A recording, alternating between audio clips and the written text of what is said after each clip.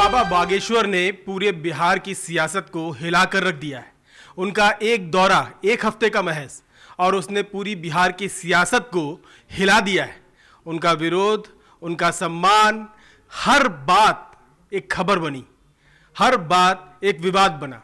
आखिर क्या हुआ बिहार में 7 दिन में ऐसा कि बाबा बागेश्वर के जाने से वहां तहलका मचा हुआ है? हम इसी पर बात करेंगे आज। न्यूज कॉरिडोर्स पर आप सबका स्वागत है। मैं हूं कुलभास्कर ओझा। बाबा बागेश्वर बिहार पहुंचते हैं गोपालगंज में हनुमत कथा कहते हैं। हनुमत कथा में हिंदू राष्ट्र का ऐलान करते हैं। सब परेशान, जातियों की सियासत करने वाली पार्टियां भी और मुस्लिम नेता भी।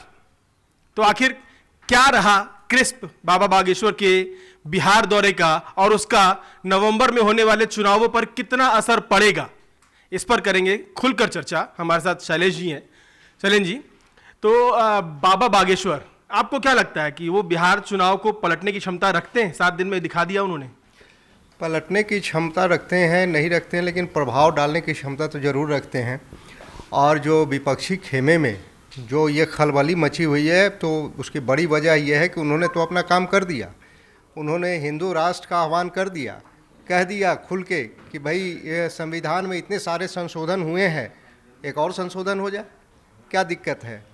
तो उन्होंने, हालांकि उन्होंने कहा कि वो किसी राजनीतिक पार्टी के लिए नहीं आते हैं, वो तो सनातन के लिए आते हैं, वो हिंदू धर्म के लिए आते हैं और वो कथावाचक हैं, वो कोई पॉलिटिशियन तो है नहीं। लेकिन उनकी सभाओं में जो हजारों की भीड़ आ रही है और रह रह करके कि हर हर महादेव और जय श्री राम के जो नारे गूंज रहे हैं, असल थरथराहट उस गूंज से है। धार्मिक उन्माद बढ़ा दिया आप। एक खबर और आप बाबा बागेश्वर पर चर्चा कर रहे हैं। एक बहुत बड़ी साजिश जो है बाबा बागेश्वर को लेकर हो रही है। बाबा बागेश्वर के पंडाल में हाथरस के जैसे भोला बाबा वाले कांड में भगदड़ वाला कांड हुआ था, वैसा ही कांड करने की साजिश हो रही है। और प्रशासन के कल हाथ पांव फूल गए जब जाके सीधे बाबा के चरणों में पड़ के प्रशासन की ओर से मैसेज गया कि बाबा बंद कर दीजिए, ये अपना कथा बंद कर दीजिए, ये नहीं तो कोई कांड हो सकता है। तो बाबा बागेश्वर ने इस साजिश को भांपा और अपनी कथा मात्र 1 घंटे में रोक दी। ये आपको याद होगा पटना में जब हुआ था नौबतपुर में, तब भी एक बार बाबा ने पहले ही देख लिया और उन्होंने इस साजिश को भांप लिया कि कौन लोग हैं, कोई उपद्रवी तत्व कोई भी आ सकता है और बाबा को बदनाम करने की बड़ी साजिश हो सकती है। तो ये जो पॉलिटिकल आप बात कर रहे हैं, उसमें एक एंगल ये भी है कि बाबा को बहुत सतर्क रहना है, इस कथा के आयोजकों को बहुत सतर्क रहना है, क्योंकि लगातार प्रशासन के लिए चुनौती बनती जा रही है।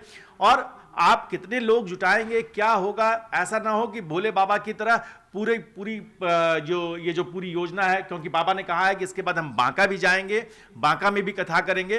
तो आप, मुझे लगता है कि आपको इसको भी देखना चाहिए कि क्या कोई साजिश का एंगल भी है जिसकी वजह से कथाओं में इस तरह से अचानक से भीड़ उमड़ जाती है, या बाबा और उसके आयोजक मंडल इतने सतर्क हैं कि वो हर साजिश को समय से पहले नाकाम कर दे रहे हैं। आपकी बात एकदम सही है। मुझे लगता है कि सियासी विरोध जो बाबा बागेश्वर का हो रहा है, उस वजह से साजिश का एंगल भी हो सकता है। निवेदिता, और क्या देखा आपने बिहार दौरे में? बाबा बागेश्वर क्या जाना और आज उनका दौरा वहां खत्म हो रहा है, इस दौरान ऐसा क्या दिखा आपको जो बिहार की सियासत को बदलने वाला दिखा आपको? देखिए, मुझे जो नज़र आया है वो ये है कि आरजेडी जो है वो बहुत बौखलाहट में है। बाबा बागेश्वर जब बिहार गए, उन्होंने हिंदुत्व, सनातन एकता को बढ़ाने का बात कहा और इससे लोगों को ये लगा कि कहीं ना कहीं वो बीजेपी का समर्थन कर रहे हैं, क्योंकि जहाँ बात सनातन धर्म की आती है वहाँ बीजेपी ही तो नज़र आती है। आरजेडी हो गए या और भी पार्टियों की, अगर मैं नाम नहीं लेना चाहूँगी, किसी भी पार्टी का अगर हम बात करें तो मुझे नहीं लगता है कि सनातन को कोई इतना आगे तक ले जाने की सोचता भी है। बात करनी तो बहुत दूर की बात है। आरजेडी इस चीज़ को लेके बहुत बौखलाहट में है। और आरजेडी के एक विधायक है चंद्रशेखर, उनका ये बयान आया है कि बाबा बागेश्वर को जेल में डाल देना चाहिए। ये वो जेडीयू से भी आया था, गुलाम गौस का। तो वो सियासत अपनी जगह पे है। अच्छा, आपको क्या लगता है शालू कि बिहार की सियासत में जातियों का जो समीकरण है बाबा बागेश्वर के वहां जाने से वो टूट सकता है? देखिए बिल्कुल, क्योंकि बिहार का मतलब जब भी चुनाव होता है और बिहार पॉलिटिक्स की बात आती है तो वहाँ जातिवाद की बात ना हो ऐसा संभव ही नहीं है, क्योंकि हर जगह जातिवाद वहाँ आती हैं। और बात करें कि जैसे आरजेडी विरोध कर रही है इस बात का, तो आरजेडी आज से नहीं शुरू से ही विरोध कर रही है। जब आपको याद होगा नौबतपुर में था तब, लेकिन उम्मीद से ज़्यादा भीड़ वहाँ पहुँच रही है। तो वही है कि बिहार की जनता को भी अब विकास चाहिए, जातियों की बेड़ियां टूटनी चाहिए। हाँ, जातियों की बेड़ियां तोड़ के, कि जो बिहार से इतना पलायन हो रहा है, बिहार में नौकरी नहीं है, बाढ़ से पीड़ित है, तो इन सबको देखते हुए बिहार की जनता भी जंगल राज नहीं चाहती है। ये नहीं चाहती है कि जाति के दम पर हम चुनाव लड़ ले और ये मेरे जात का है, ये मेरे जात का है, तो हम उसको वोट दे देंगे और उसको जिता देंगे। नहीं, बिहार के लोग अब एजुकेशन चाहते हैं, बिहार के लोग बिहार में रोजगार चाहते हैं। बिहार के लोग ये नहीं चाहते हैं कि जब छठ हो तो हम भीड़ में मरते हुए घर पहुंचे। बिहार के लोग चाहते हैं कि हम बिहार में छठ पे बिहार में रहे, घर में मनाए। तो वही समस्या है कि अब इसी बात को बिहार की जनता समझ रही है और जो उनको लग रहा है उसको बिहार की जनता चुन रही है। तो यही है कि बाबा बागेश्वर के वहां जाने से इस बात का असर तो पड़ेगा, क्योंकि आप देख सकते हैं बदलाव की एक बयार बाबा बागेश्वर के जाने से उसको बल मिला है। और अच्छा शरण जी, मेरे मन में एक सवाल आ रहा था कि पशुपति पारस की पार्टी राष्ट्रीय लोक जनशक्ति पार्टी, वो भी बाबा बागेश्वर के सत्संग का विरोध कर रही है। किस नज़र से देखते हैं आपको? मतलब केंद्र में सरकार में मंत्री, बीजेपी के साथ एनडीए का हिस्सा, और उनका विरोध बाबा बागेश्वर कर रहे हैं, क्यों? मतलब आपको ऐसा क्या उसमें लगता है? नहीं, वो तो तब की बात थी जब चिराग पासवान मंत्रिमंडल से बाहर थे। अब तो उनको ये पता चल गया है कि चिराग पासवान के ऊपर प्रधानमंत्री मोदी का हाथ है। नहीं, पिछली बार जब गए थे बागेश्वर बाबा तो चिराग पासवान ने भी विरोध किया था। हाँ। इस बार पशुपति पारस ने किया है, चिराग की ओर से बयान नहीं आया है। हाँ, चिराग की ओर से बयान है। पशुपति पारस उनकी अपनी पॉलिटिक्स है, अपने पॉलिटिकल सर्वाइवल का मसला है। उनको लग रहा है कि जातियों वाला समीकरण खराब होता दिख रहा है इसलिए। नहीं, उनको लग रहा है कि अब एनडीए में उनकी जगह नहीं है। तो जगह एनडीए में नहीं है तो जाहिर है कि अपोजिशन के साथ उनको उनका फ्यूचर कुछ दिखता होगा उनको, चूंकि ये तो तय है कि लीडर तो चिराग पासवान है, ये फिक्स हो गया है, तय हो गया है। ये दूसरी बात यह है कि विपक्ष परेशान ज़्यादा इसलिए है कि उसको मालूम है, खास करके हरियाणा, महाराष्ट्र और दिल्ली का जो चुनाव बीजेपी ने जिस तरह से जीता है, तो वो लोग ये मान के चल रहे हैं कि बाबा बागेश्वर भी बीजेपी के माइक्रो मैनेजमेंट प्लान का एक हिस्सा है, जहां बीजेपी एक लेवल पर नहीं कई सारे लेवल पर एक साथ काम करती है और फिर जाकर के एक नई सोशल इंजीनियरिंग जो उसने डेवलप किया है, जो इन 3 राज्यों के चुनाव में हमने देखा है। इसलिए कई लोग, विपक्ष को खास करके इसकी आशंका है कि बिहार का चुनाव जो इस बार होगा उसमें भी कोई अप्रत्याशित परिणाम हमको देखने को मिल सकता है। असल परेशानी ये चीज़ है और इसीलिए अंदर ही अंदर जेडीयू में भी परेशानी है। एक बात और कि केवल बाबा बागेश्वर बिहार नहीं पहुंचे, श्री रविशंकर और मोहन भागवत भी इस दौरान बिहार में थे, जिससे खलबली और बढ़ गई। तो बीजेपी का बाबा कार्ड जो है वो विपक्षियों को समझ में आ रहा है कि खतरनाक हो सकता है, इसीलिए साजिश वाले एंगल भी उसमें निकल के आया है कि भगदड़ होती, 1 घंटे में कथा खत्म करनी पड़ी। लेकिन उसके बावजूद बाबा बागेश्वर ने तहलका तो मचा दिया, बिहार जाके बिहार की सियासत को हिला दिया है, जातियों का बंधन तोड़ने की अपील कर दी है, हिंदू राष्ट्र का ऐलान कर दिया है।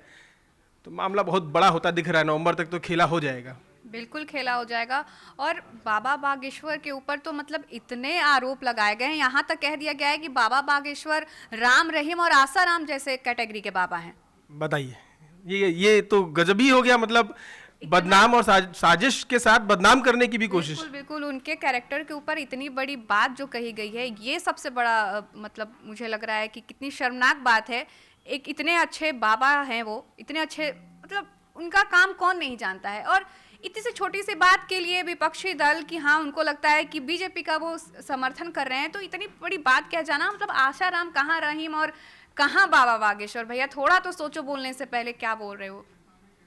बदनाम करने की साजिश।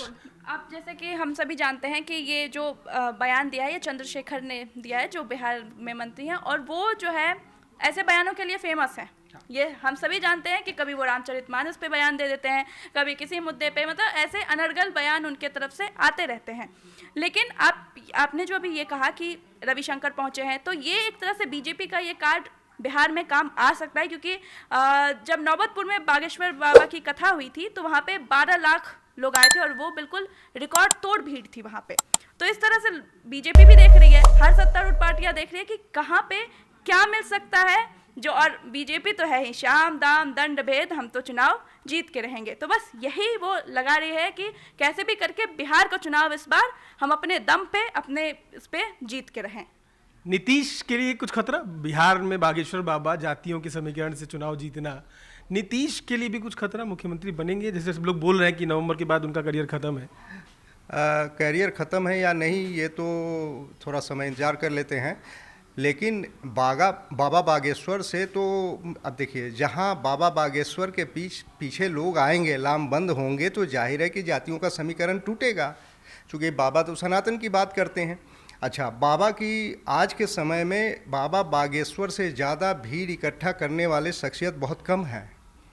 उनके पीछे, जैसे हम एक घटना का उदाहरण मैं देता हूं, जब बाबा रामदेव, वो दौर था जब बहुत लोकप्रिय थे, आज भी हैं, लेकिन जब वो लोकप्रिय हुए थे और घर घर में योग और आयुर्वेद को पहुंचाया था, उस समय कांग्रेस की सरकार थी। रात में 1 बजे पी चिदम्बरम गृह मंत्री थे और पुलिस ने उनको जान बचा के भागना पड़ा था। लेकिन उस समय एक चीज़ कहा गया था कि भाई कांग्रेस डर रही है उन पर डायरेक्ट एक्शन लेने में, इसलिए कि खास करके हिंदी पट्टी में शायद ही कोई घर ऐसा नहीं मिलेगा जिसमें बाबा रामदेव का प्रोडक्ट ना हो या उनकी प्रोडक्ट चर्चा ना नहीं हो हो और उनके समर्थक नहीं हो। अगर यूथ नहीं है तो घर के बुजुर्ग सामने खड़े हो जाते थे उनके पक्ष में। तो इस लोकप्रियता को देख करके कहा गया था उस समय कि भाई कांग्रेस सरकार डर रही है डायरेक्ट एक्शन लेने में। आज की तारीख में यह है कि चाहे बीजेपी की सरकार न हो किसी स्टेट में, यहाँ तो एनडीए की सरकार है, फिर भी बाबा बागेश्वर के अगेंस्ट में कोई डायरेक्ट एक्शन लेने की स्थिति में नहीं है, क्योंकि बाबा बागेश्वर को फॉलो करने वाले में यूथ हैं, मध्य वय के लोग हैं और बुजुर्ग हैं। मतलब बवंडर है बाबा बागेश्वर, बवंडर है। 28 साल का एक युवा जो सनातन की अलख जगा रहा है और जिसको बदनाम करने के लिए गंदी से गंदी साजिशें की जा रही हैं, ऐसे आरोप लगाए जा रहे हैं जिनको सोचना भी गलत लगता है 28 साल के एक युवा के लिए। तो पर्ची तो निकलेगी, पर्ची बिहार में किसके नाम की खुल गई है वो बाबा बागेश्वर समझ के आ गए होंगे। लेकिन हलचल इस 7 दिन के दौरे का 7 महीने बाद, 6 महीने बाद जो चुनाव है उस पर क्या असर होने वाला है, लगातार हमारी नज़र बनी रहेगी। हर अपडेट आप तक पहुंचाते रहेंगे। अपने सुझाव हमको दीजिए और बताइए कि हमें और क्या क्या करना है आपके लिए। न्यूज़ कोरिडोर्स आप हमें YouTube पर, Instagram पर, X पर और Facebook पर फॉलो कर सकते हैं।